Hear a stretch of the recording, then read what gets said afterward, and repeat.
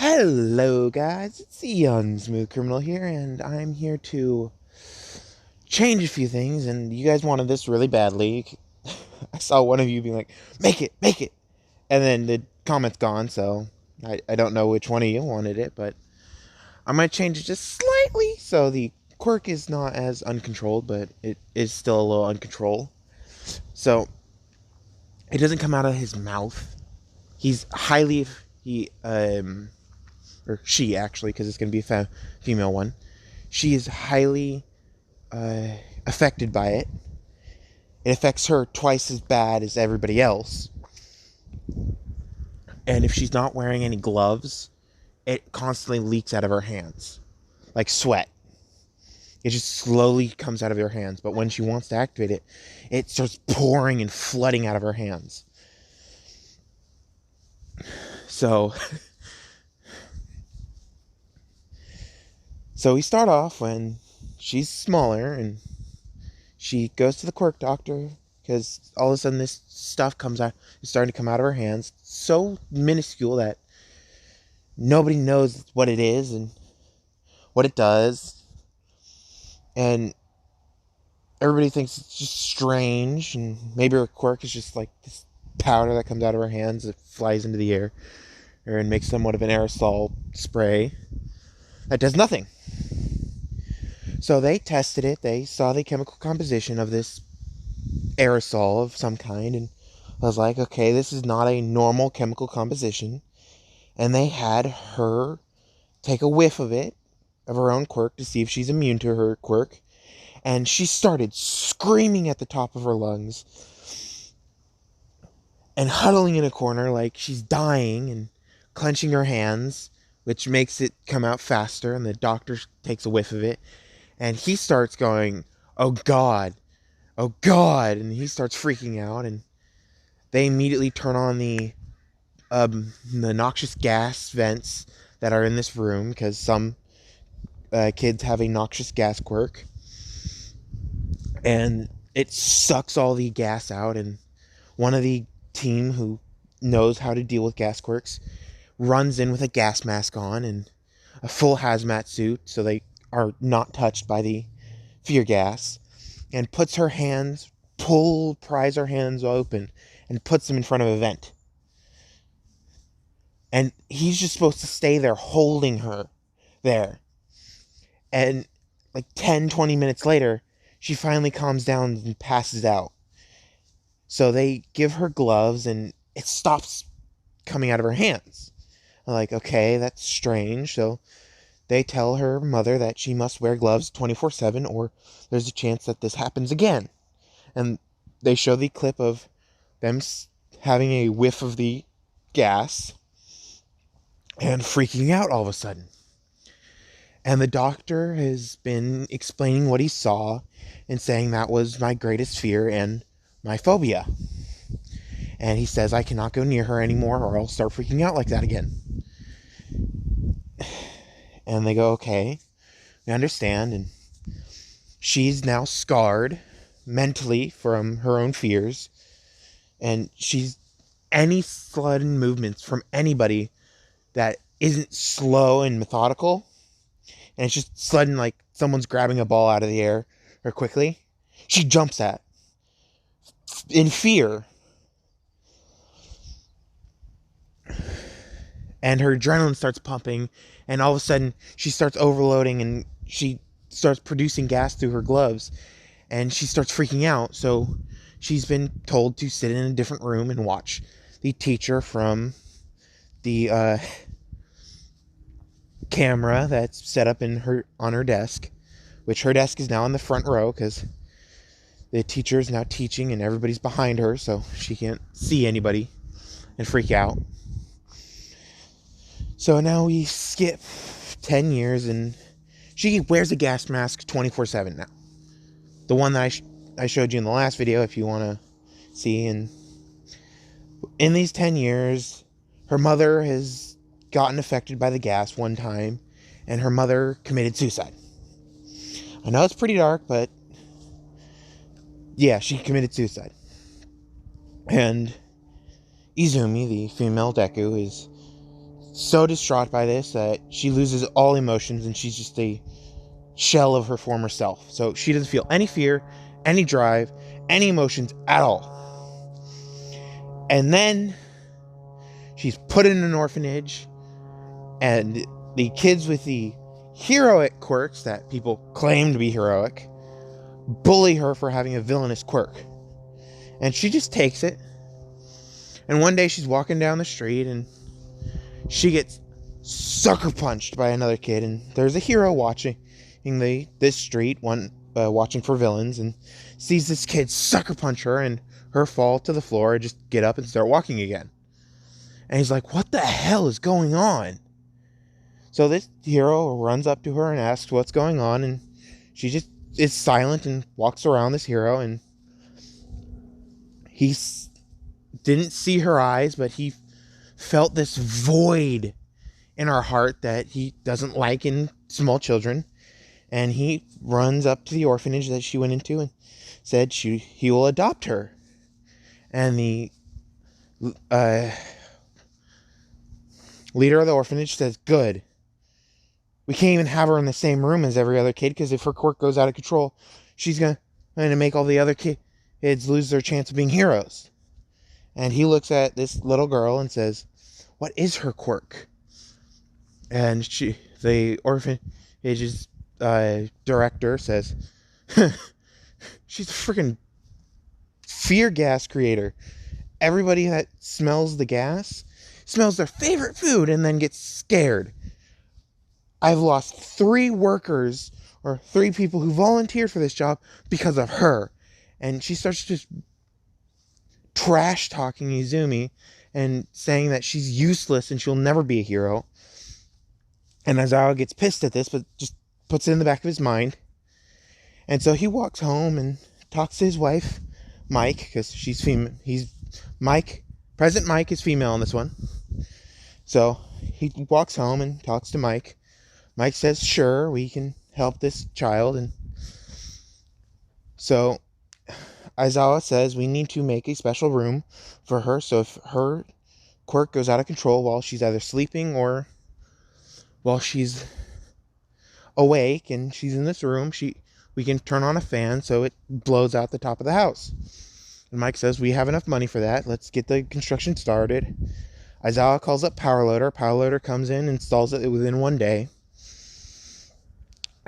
And he and Mike go back to the orphanage, and they both sign up to be the adoptive parents of Izumi Midoriya.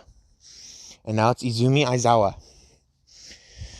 So Izumi gets to her new home and sits in her room and just sits there. And a day goes by. She hasn't left her room, and Aizawa puts a tray in front of her door saying, you can come out. And no answer. So he goes in and he sees her in the bathroom that they specially made for her with a knife cutting her wrist. And he immediately runs over, hugs her, and pulls the knife out of her hand, saying, this is not what you're supposed to do. You can beat this. And he starts encouraging her. And she starts to cry and show emotions again, because this is the first time someone's shown him any emotions besides hate, fear, and disgust. So she starts to open up slightly, and she passes out from crying so long, and he puts her on the bed, and he puts on a gas mask because he sees that the gloves are leaking the fear gas, and he needs to stay in the room with her. So he puts on the gas mask, and he falls asleep in there with a gas mask on, obviously, so he doesn't get affected. But in the middle of the night, because she always has a gas mask on, she basically never takes it off. In the middle of the night, she wakes up screaming. And she looks around, and Aizawa's up and hugging her, saying, it's okay, it's okay, it's okay. Nothing's here to hurt you. Nothing's going to hurt you. And she starts to cry again. And she falls asleep, and late in the next day's morning, She wakes up and walks out of her room with gloves on. And she doesn't have a gas mask on this time. And they get to see her full face. Hold on. I gotta pull up the picture. Give me one. They see this scared looking girl walk out of her room and without a gas mask on, finally. And has a pair of gloves on. And since the gas comes out of her palms, she prefers fingerless gloves. I'm sorry, I love fingerless gloves. It's a weird thing I have towards fingerless gloves. And they see her and they greet her and are moving slowly and methodically so she doesn't freak out like she normally does. Because she still does have panic attacks when someone does a sudden jerk in movements if they have to. Or if there is one. And Mike finally gets to talk with her and introduce herself. And she introduces herself. Think of an H name.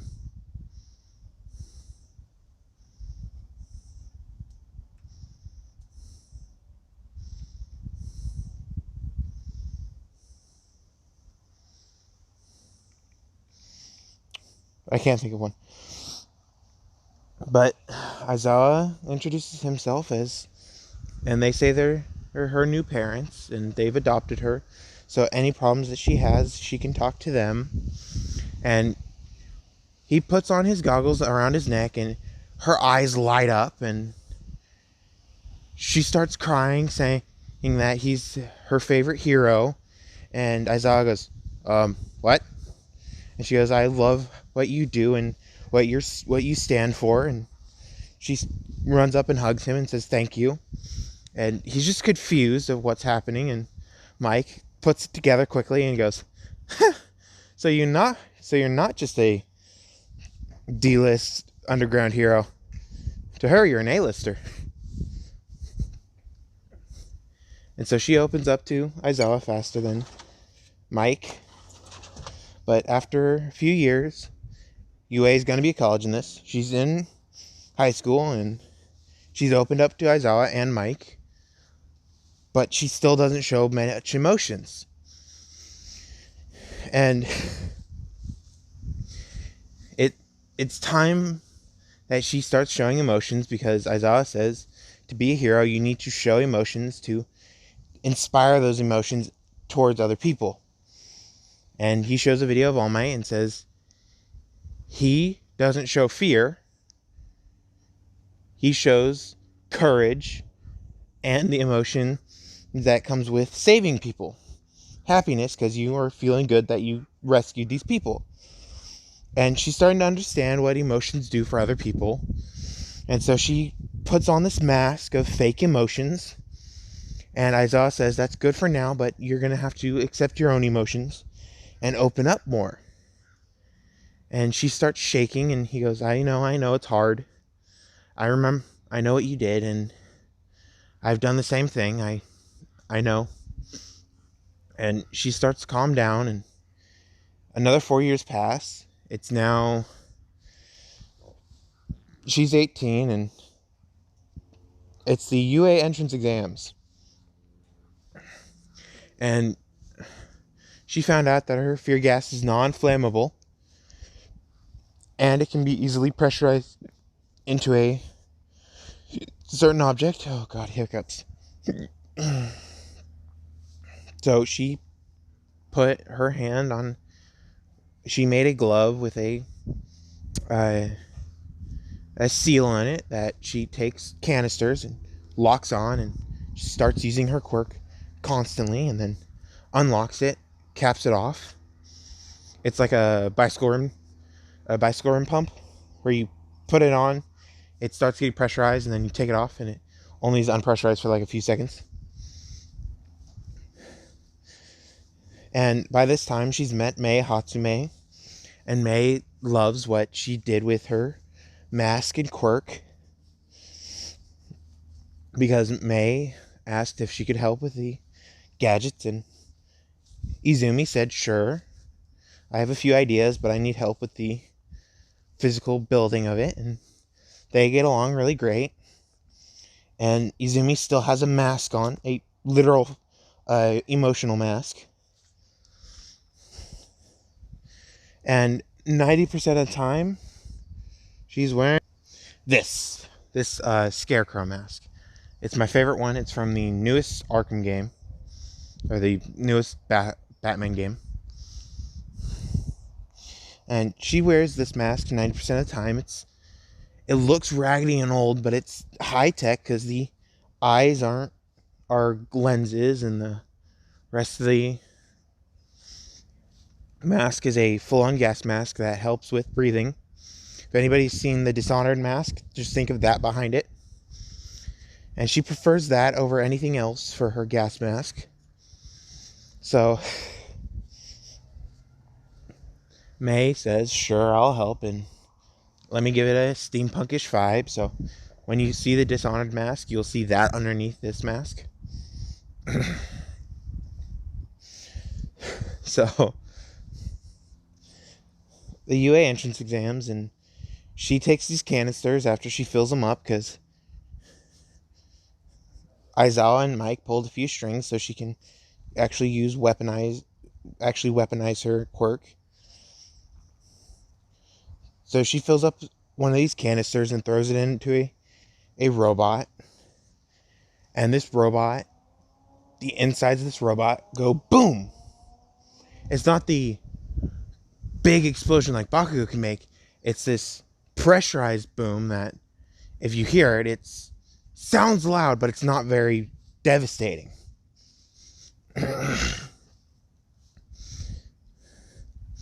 There's an episode of Mythbusters where they take a tanker truck and suck all the air out.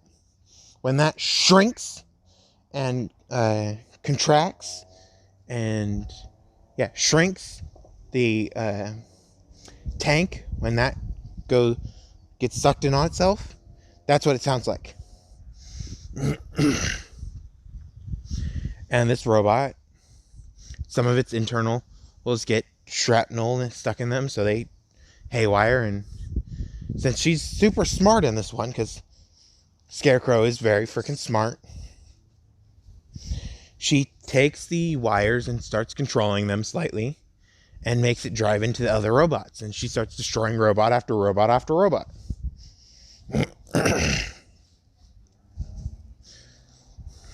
She kind of hotwired it like a car. But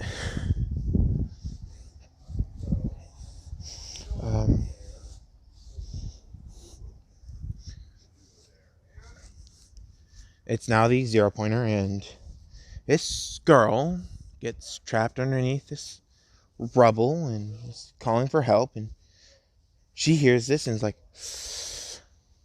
I can't do anything. So she takes some fear gas and blasts it at the exit, and everybody gets a whiff of this and runs back towards this girl, overloading the zero pointer because they can't identify all these targets. And the hero's like, what the hell just happened? Everybody sees that they're running towards the zero pointer instead, and I'm like, oh crap, now we gotta fight. And they all get ready and get in a fighting stance and start fighting the zero pointer. And Aizawa starts laughing, being like, Izumi just, oh my god. And Nezu says, was that your daughter? And he goes, kind of. She just kind of blocked off the exit, so they had to fight it. And Nezu goes, oh, okay, that makes sense. So everybody destroys the zero pointer.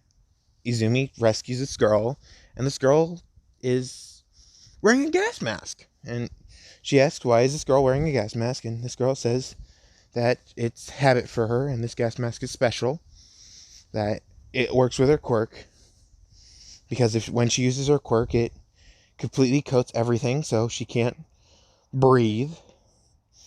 And Izumi goes, okay, that makes sense. So it's like a oxygen mask for underwater. And this girl says, yeah, and says, who may you be? And she goes, I'm Izumi Aizawa, and I'm here to enter UA and become a hero with a villainous quirk. And this girl looks at her and says, "No, I'm here to do that same task." And they start talking, and Izumi finally shows real emotions. She starts smiling, genuine smile, and this girl picks up on it and asks, "Your smile is different." And Izumi goes, "What? I'm always smiling though." And this girl, and she says, "Oh, by the way, my name is Toga, and I've noticed that your smile is different now. I don't know what it is, but your smile is different." And Aizawa, who's been watching Izumi talk to this girl, sees the genuine smile, and he starts smiling and pokes his wife on the shoulder and says, "Honey, look." And Mike looks and sees this and is like, "Her first ever genuine smile." And everybody looks over and sees this smile, and they're like, "So bright, god damn it, what's going on?" And Mike and Aizawa start crying, going, "We found a way to make her smile." And later that day, Mike and Aizawa follow Himiko to her orphanage, and surprisingly, it's the same orphanage Izumi came from. And they walk in and say, "We are here to talk with one of your kids." And they go, "I have 14 kids and one adult left in this orphanage, and this one adult is about to go to a high school, college, and she's going to go to the dorm, so we don't need to deal with her anymore." And Aizawa says, "Then let us talk to that one adult, and I'll get her off your hands for you." And she goes, "Oh, really? Toga, get the hell in here!" And Toga runs in and is a little sad, saying, "Yes, headmaster." And she goes, "These people want to talk to you. Be respectful." And Aizawa, knowing the discrimination against Izumi for her quirk, and understand that Toga must have a villainous quirk, they ask, "What is her quirk?" And she says it's transformation, and whenever she drinks someone's blood, depending on how much, she can transform into that person. But there's a downside, that every time she drinks blood, it gives her a high that she doesn't want to come down from, so she wants more blood, and it's a downward cycle if she drinks blood. And Aizawa goes, "Okay, it makes sense." And Mike goes, "Okay, and we have one question." She goes, "Yes." And Mike goes, "What do you think about Izumi?" And Toga was like, "Who?" And Aizawa goes, "Honey, we're talking to her so we can get them together. Duh." And Toga goes, "Who's Izumi?" And Aizawa says, "Wait, did she call herself Scarecrow on the field?" And Toga goes, "Oh, Scarecrow? I remember her. Yeah, she was on the 1A field. Wait, her real name's Izumi?" And Aizawa just goes, "I told her not to use her villain name." And Mike goes, "I like that name. It should be her hero name." And he goes, "I know. It should, but everybody's going to call her a villain because Scarecrow just sounds like a villain."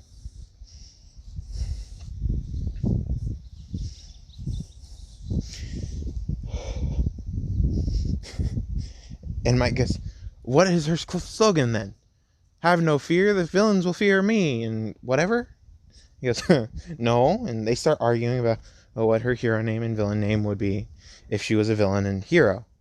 And Toga starts laughing at this, saying, "You must be really caring parents." And they go, "Yeah, we adopted her from this very orphanage." And Aizawa gives a glare to the headmaster of the orphanage, saying, "We stole her from an abusive area, and we're here to see if you would like to live with us till UA sends you the letter to see if you got in or not." And she goes, "Sure." And a week later, Izumi is stuck in her room because her quirk is overactivating, because she just lost control from accidentally taking a whiff of her own quirk. And Toga is her ability to transform into other people. The downside is she can't breathe, but she gets to use the other person's quirk. And when she's wearing her gas mask and she talks, the person that she transformed into does not have the ability to move their mouth.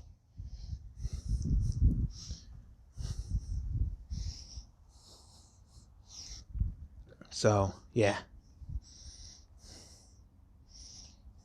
So, Toga is talking with Izumi through the phone that they have, and Izumi is saying how scared she is, and Toga says it's okay, just a side effect, and there's no need to be frightened.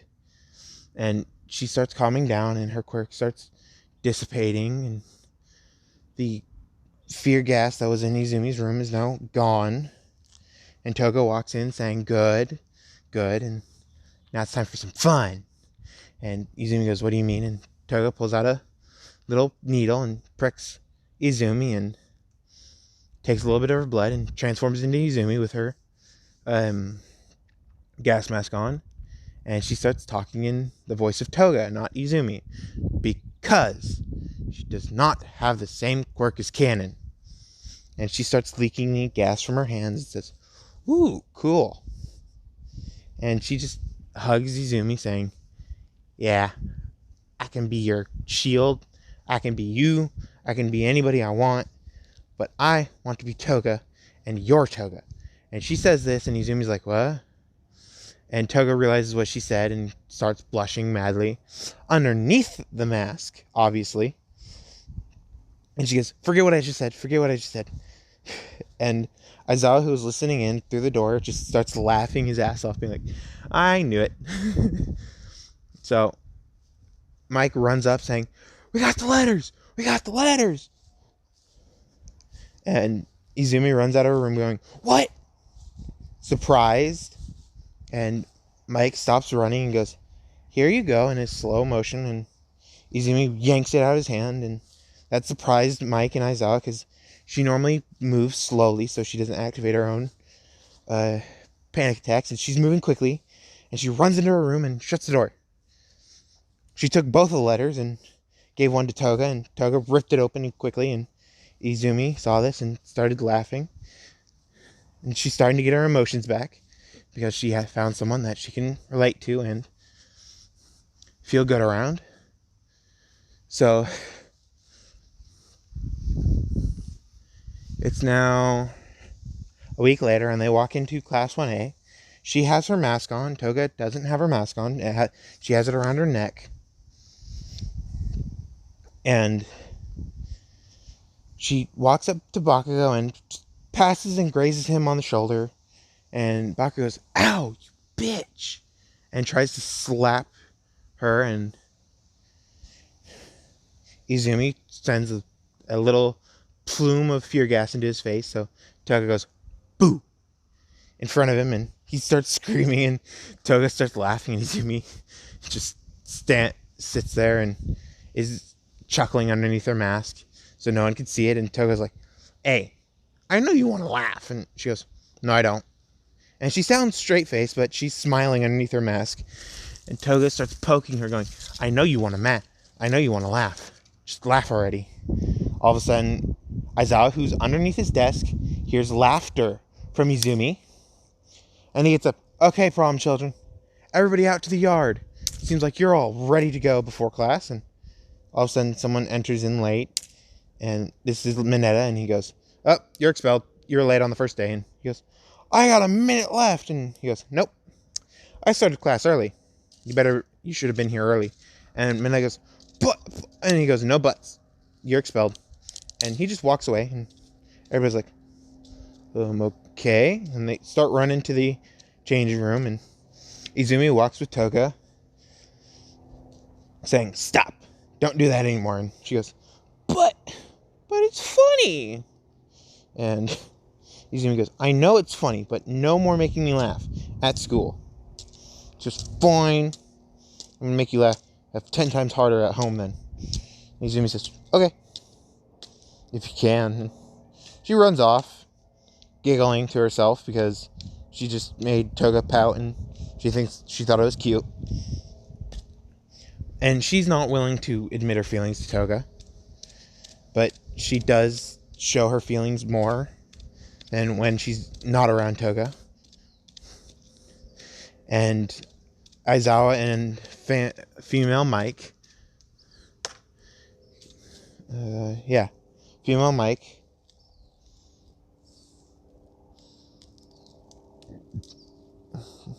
notice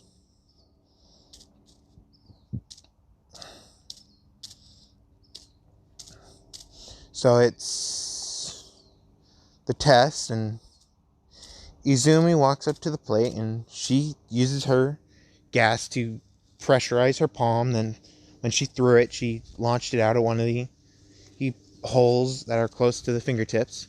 So it shot off like a CO2 cartridge being punctured. And Toga used her quirk and changed into Bakugo when she was in the circle. Bakugo's like, "What the hell?" And she used explosions, which made Bakugo freak the hell out.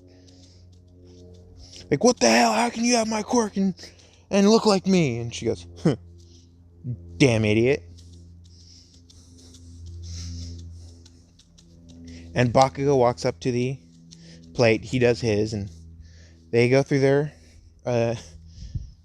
a test. And Izumi is not the last one. She's actually the third to last. And Mineta, who was still on the class roster but was expelled, got a 0 out of all of them. So, Higakure, sorry, but I know some people like her, but she's going to be expelled because how the hell did she even get into class? Like, seriously? How? So it's now time for the a week later, and Toga and Izumi get closer, and Mike and Aizawa see this, and they're like, "Okay, Nezu, we need you to build the dorms and build them with extra big rooms for 1A." And he goes, "Why 1A?" And he goes, "Because the 20 dorm rooms that we were going to originally use, we were only going to use 19. And Nezu goes, "What do you mean?"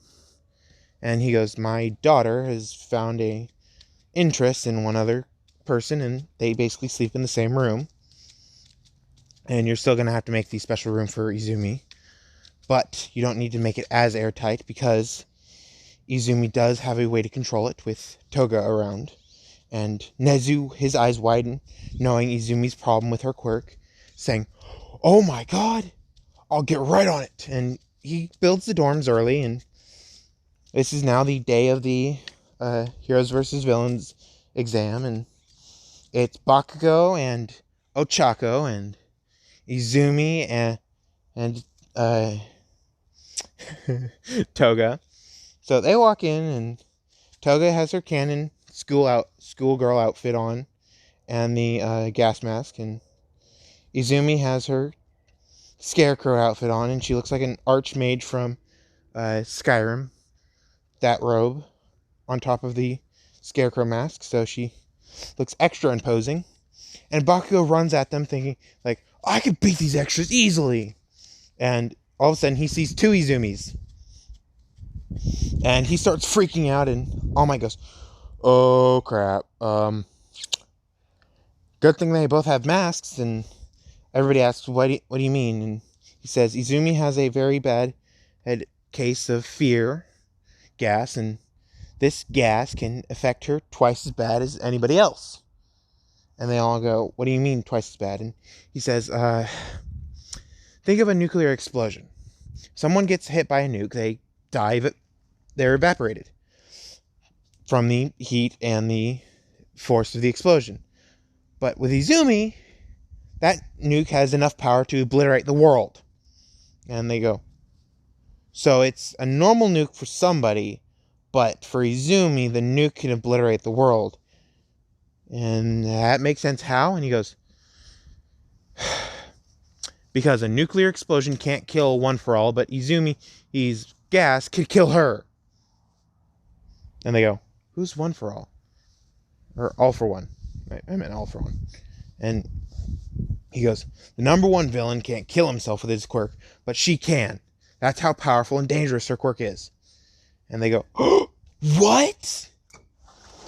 And Izumi's now just standing there waiting for Toga to use her effect. And Toga is basically in a stripped Izumi. Looks like Izumi stripped and goes, I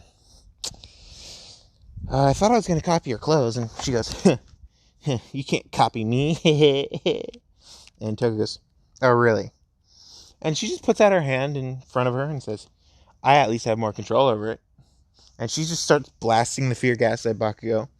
And Bakugo is like, this isn't going to affect me. And all of a sudden, he starts seeing his greatest fear of his hands being chopped off and him being laughed at and called quirkless. And he starts freaking out like he's dying and he's going to be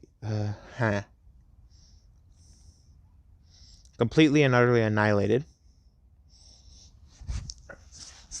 So he runs away screaming with his head off, and Izumi is like, you could stop showing off now.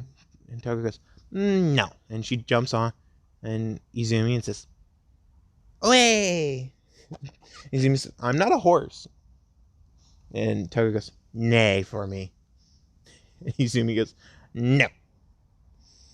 But I will take you away. And she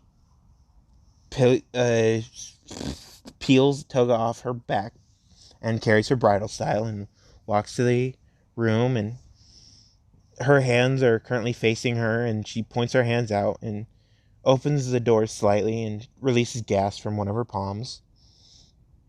And Toga's transformation is finally wearing off, so it's all the clay-like substance is falling off Toga. So Toga is now looking like Toga with her schoolgirl outfit. And hold on, I'll be right back. And Uraraka starts freaking out because she sees her greatest fear. They walk in, they touch the bomb, and they say, Hero Team wins. And All Might says, I want to show you guys how powerful her quirk is. And they go, sure. And he walks out and says, okay, Izumi? And she goes, yes. And he says, gas me. And she goes, All Might, you'll scream like a little girl. And he goes, gas me. And she does, and he starts screaming like a little girl and running around like a chicken with its head chopped off. And everybody's like, the hell? And she goes, yeah, my quirk can affect even the toughest of men. And she pulls out a syringe and jumps on All Might, who's still flailing around. She pricks him in the neck and squeezes the syringe. And he gets a full injection of the resistance drug, so he comes out of it like 5 minutes later instead of like 30 minutes later like Bakugo and Uraraka. And he says, thank you. And he feels the patch behind his neck and says, what did you do? And she goes, oh, I have a specific drug that I can inject the pro heroes with, so when they do get affected by it, they aren't affected by it for long. And he goes, oh, okay. That makes sense now. And she goes, yeah, it does. And she goes on her day, and they go home, and Aizawa greets them and says, what are you two doing here? And they say, we're coming home. And he goes, you don't live here anymore. You live at the dorms. And I look at him like he's crazy, and they say, dorms? What dorms? And he goes, oh, yeah. You don't know yet. Well, there's dorms, and I kind of made them a 2-person dorm. And they look at each other and go, what? And he goes, yeah, I kind of made him a 2-person dorm so you guys can live in the same room like you already do. And Izumi looks at Toga, and Toga looks at Izumi, and then Izumi looks at Aizawa, and with him not expecting this, she mouths thank you without Toga noticing. And she didn't even notice that she wanted to say it, she just did. And they pack up their stuff, and Izumi packs up her stuff that is very resistant to her quirk, and they get back to the dorms, and All Might tells Izumi, I have a request, and Izumi says, what is it? And hold on. I freaking hate sneezing. And he says, I can't say it here. I'll tell you in the teacher's lounge. So once you're done unpacking, meet me in the teacher's lounge. And she does. So he walks into the teacher's lounge, and he's just waiting. 10 minutes later, Izumi walks in and says, you wanted me, All Might? And he goes, yes, I've already talked to your adoptive parents, and they said they would agree, and it's your choice. And he explains All for One, or One for All, and what it does. And she's like, okay. So Nana Shimura got weaker the longer she had her quirk and One for All, right? And he goes, yeah, but that was after she gave it to me. And hold on. Freaking hate sneezing. And you are quirkless, so, and you haven't gotten any weaker besides when you got the injury. And he goes, yeah. God damn it. She goes, I think it affects quirked people. And he goes, oh, okay. And she goes, by the way, my quirk isn't actually a quirk. And he goes, what do you mean? And she says, I kind of was doing strange experiments when I was little, and I kind of made myself biologically create this with some chemicals. So I sweat this gas out of my palms instead of actual sweat. And I haven't told anybody about this, and my mom, when she was alive, didn't know about this, so I'm technically quirkless. And he goes, oh, okay. So this isn't going to affect your quirk. And she goes, I put it together that your quirk affects the lifespan of quirkless people. No, I mean, doesn't affect the lifespan of quirkless people. But people who have quirks have their lifespan shortened when they give it away. And he goes, that kind of makes sense. And at the same time, it kind of doesn't. She goes, okay, so here's the solution. We find a quirkless person, and I know you're going to choose Mirio because I'm smart enough to figure that out. We find a quirkless person that's worthy of your quirk and that has the same drive to be a hero as you, because I want to be a hero like my father, and my mother's more like a DJ. A hero like my father, and hopefully be as good as him. And All Might says, that's why I wanted to talk to you. I want to make you my successor. And she goes, sure. So she takes the quirk, and she immediately gets the difference, and she feels stronger, and she doesn't grow immediately, but she goes back to the dorms, and she walks out and is in the common room with Toga and everybody else, and she's chatting away and saying that her quirk is a very strange emitter quirk, that she can enhance her body and send out this gas. And everybody's like, you haven't been using the enhancement. And she goes, I know, I still can't control the enhancement to this day. It's a very strong quirk, and my body's finally been getting used to it. And she makes up this blatant lie about how her quirk is very strong, and it's called fear toxin, and the more gas that she emits from her hands, the stronger the emitter goes. And she makes up that lie, and All Might was in the room talking to Aizawa about what happened in the teacher's lounge, and he overheard this entire conversation and just smiled, being like, she's a good successor. And Aizawa, who knows the secret about All Might, goes, I still don't like how you made my daughter, the one that I cherish in this world most, your successor. And he goes, I know, it was her choice, though. And she pointed out something great that we need you to listen to. And he goes, what is it? And he says, apparently my quirk can shorten the lifespan of quirked people when they give it away and they lose their quirk. But when you give it to a quirkless person, they don't have a shortened lifespan, and they gain all the quirks until the quirk has finally gotten or disappeared from within them. And Aizawa goes, okay, that makes sense. And Izumi tells Toga to go to their room, and she's going to need to tell her something. And Aizawa walks up to Izumi and says, if you tell her, you got to make her promise to not tell. And she goes, I won't. Oh, and I have something to tell you later. Toga knew this before you and All Might. Or Toga knew this before All Might, and now you. And he goes, what is it? And she goes, I'll tell you later.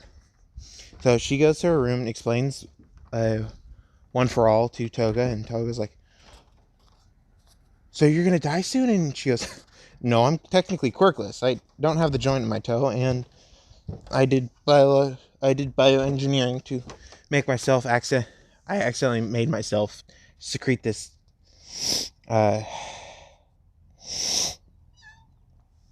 gas, and she starts spewing it, and Toga goes, but I can copy quirks, not biologically engineered stuff. And she goes, exactly that.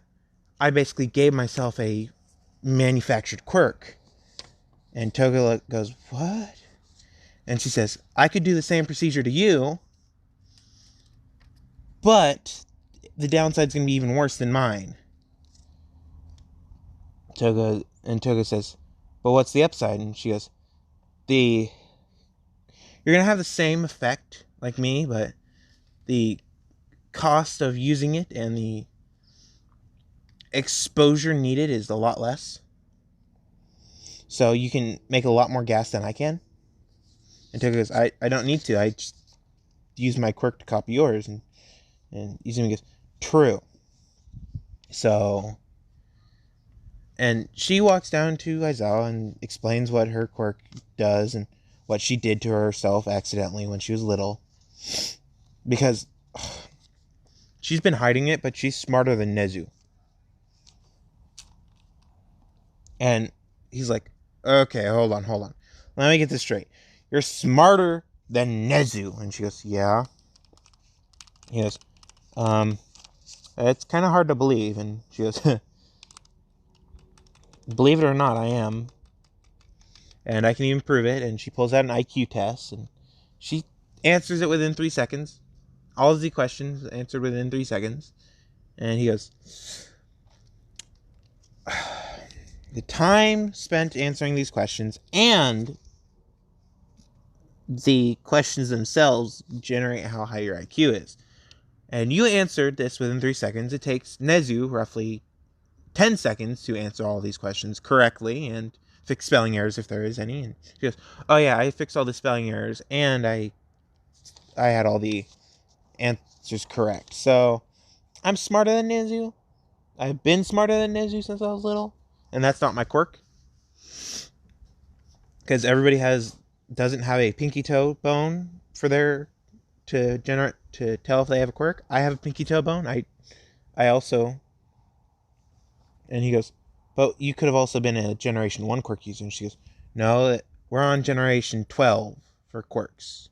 And he goes, true. If you're a Generation 1 quirk user, you got to be born by two quirkless people. Your mom had a quirk. Her dad had a... Didn't you say your original dad had a quirk? And she goes, yeah. He had fire breathing. He was a Generation 1, and my mom was a Generation 2, so I should have been born a Generation 3. And he goes, true. And the higher the generation, the more complex your quirk is, and the less energy it costs to use it. And she goes, exactly. I made a Generation 1 quirk out of some biological material I found at one of the crime scenes from a villain before the cops rolled in. And apparently it was from this guy named All for One. I don't know. And Aizawa goes, please tell me you did not inject yourself with his DNA. And she goes, no. I injected my DNA into his, which spliced together, and then I injected that DNA into mine. And he goes, so you can take people's quirks if they're in your gas? And she goes, I haven't thought about that. I need to try that. I need a villain. Can we go out hunting tonight? And he goes, first off, it's not hunting, it's patrolling, and yes, we can. She goes, no, it's hunting. And he goes, fine, whatever you want to call it. So they go out patrolling, and Izumi sees this villain, and she pours her fear gas into this alley, and she walks up to him, and he sees this creature coming towards him, and he starts screaming, get back, you foul monster. And she goes, that's not nice to say to a lady. And he goes, you're no lady, you're a monster. And she just walks up to him and goes, boo.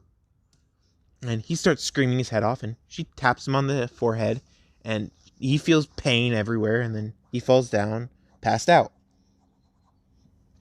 And she's like, what was his quirk? And Aizawa says his quirk was the ability to teleport at a short distance.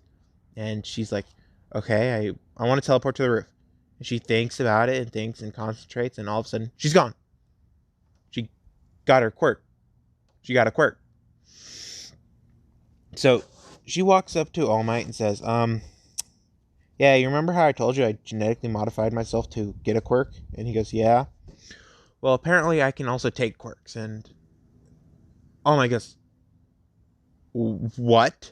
And she goes, yeah, I can take quirks. And you know that quirk that you gave me? Apparently it was half a quirk. And he goes, yeah, it was, and the other half is held by a villain. She goes, well, apparently I have it too. And he goes, okay. So we skip a month after this incident, and Izumi has been on patrol with Aizawa, and she's there to stop the violence if criminals are fighting. And she's supposed to take quirks of high priority villains. And they found Overhaul in one of these skirmishes, and they sent down this fear gas, and he's like, oh god, what is this? So he made his mask even stronger, and she just walked up behind him and tapped him in the neck before he could finish making his gas mask. And he felt this sharp pain throughout his body, and then he took a deep breath in from the sudden pain spike, and he started seeing his greatest fear of him not being able to do anything and him being covered in this diseased flesh. And he starts screaming his head off, and she's like, okay, Overhaul's dealt with. And she walks up and grabs the dust that was once his mask and places it back on his face and injects him with the fear toxin antidote. Well, not quite antidote, it's just a resistance. And he goes, okay, well, I'm only letting you do this to high priority villains, and you must learn how to control their quirks before you can become a true hero. And she goes, I know. So it's now the USJ. She walks in with everybody else after they're on the bus talking about quirks. And everybody asks, what is her quirk? And she says, I can take people's quirk. My emitter and slash enhancer allows me to take people's quirks from when they're affected with my toxin. And they all look at her like she's a monster. And she goes, I know. I look like a monster to you now, but I'm no monster. I'm a friendly neighborhood scarecrow. And they go, yeah, right. You're no friendly neighborhood scarecrow. And she goes, I am a friendly neighborhood scarecrow. I am very kind when I need to be, and I'm very lovable when I am. And Toga hugs her, saying, definitely. I'll be right back. So they talked about her quirk and they call her a monster. They walked in. 13 sees her and says, "Hey, it's my favorite person." And 13, and she goes, "You're my second favorite." And 13 goes, "Aw." And Toga goes, "Yeah, it's kind of hard to beat me." And Izumi goes, "Yeah." And she hugs Toga, and Izumi's getting closer and closer in touch with her feelings because she was so disconnected with them for so long. It's been hard for her to accept her feelings and get connected with them again. And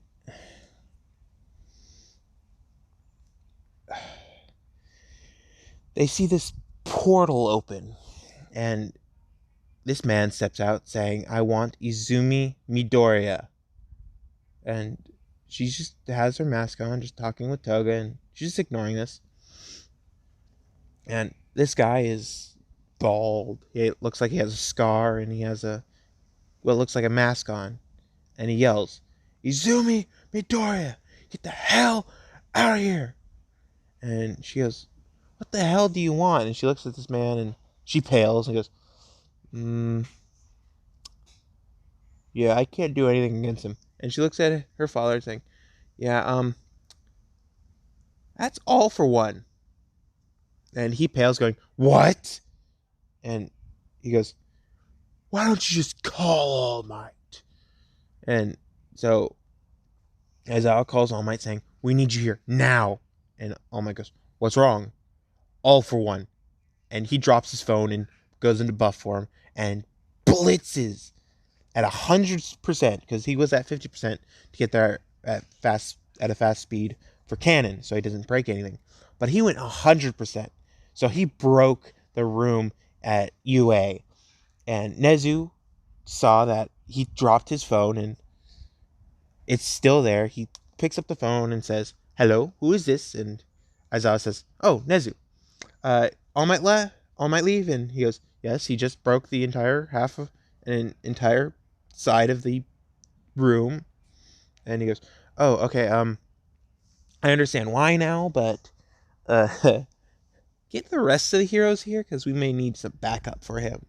And Nezu says, "The one," and he goes, "Yeah, the one."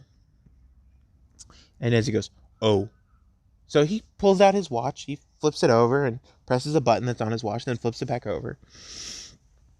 And red alarm goes off in UA saying, "Villain attack, villain attack. Everybody get back to their dorms." And teachers meet with Nezu immediately in his office. And all the teachers run to Nezu's office. Nezu just walks in and says, "All for one, USJ, go." And they bolt off to the USJ as fast as possible. Some hop in a car. Power Loader just uses his Power Loader armor to run off. And so they get there, and All Might and All for One are fighting. It's like the fight in the middle of the city. And All for One's like, "I want my quirk back." And All Might goes, "What do you mean?" And he goes, "Ever since that little girl took my DNA from that damn area, I haven't been able to use my goddamn quirk." And she goes, and she just starts laughing her ass off, going, "I stopped the number one villain from using anything." And so she just starts using her quirk, and they're like, "Heroes, please back up." And all the heroes are like, "Oh god, she's using it." And she walks up to All for One, and she pulls out his oxygen, and he starts breathing normal air, and he starts seeing his fear of dying at the hands of the people he's killed, and all the people he's killed. Because he's had slight regret for all the things that he's done. And she goes, "It's time for you to repent your sins." And she's talking normally, and she says, "It's time for you to repent your sins." And he just hears this demonic female voice, deep, gravelly, demonic female voice saying, "It's time for you to repent your sins." And he starts freaking out, being like, oh god, what is happening?" And she just walks up to him and taps him on the neck, and all of his quirks disappear. And with her gas affecting him, it can easily take quirks, but she can only use her quirks if she's being affected by the gas that she produces, unless it's uh, one for all, and she can use that constantly.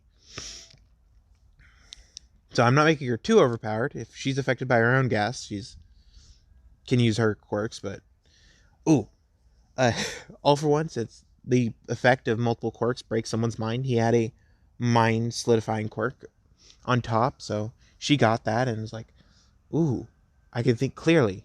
So she takes off her mask and she sees her fears and like, oh, I understand why they scream so much now. It's been so long since I've seen this image. And she's just emotionless at this moment.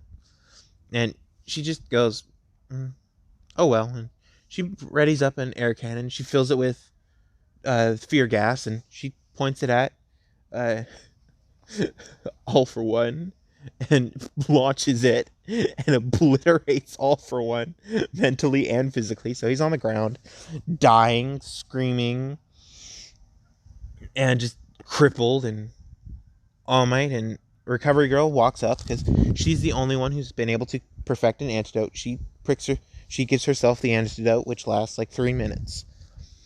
She walks into this cloud and everybody's like, wait! And she's unaffected with this antidote, and she says, I have a antidote that only works for me because it must be genetically modified to me, to the person that it must work on. And she explains that it only she can create it, and she's only been successful with her DNA. And Izumi walks up to her and says, good job, and just walks out of the gas and puts her gas mask on and starts breathing in the fear toxin. She just breathes in all the fear toxin and just breathes out, and you just see this cloud of fear toxin coming out of the gas mask. And she's like, and she just keeps doing that for a while, and I'm going to leave it off there. So nothing is spoiled, but I like this one a lot better than the one I originally did for the original summary. So hopefully you guys liked it. If you guys did, give me to 10 likes and I'll continue this on YouTube. But if you guys didn't, I'll do it myself. If I remember correctly, I have to do one more I got to do a few more Kenpachi, and I got to do Demon Girlfriend. Then I need to think of a way to actually do the number one villain, how we would meet her. Because I want to do that one, and I want to make it very, very bloody and gory. And I want to make him a vigilante in that one, too. Maybe a lesbian one.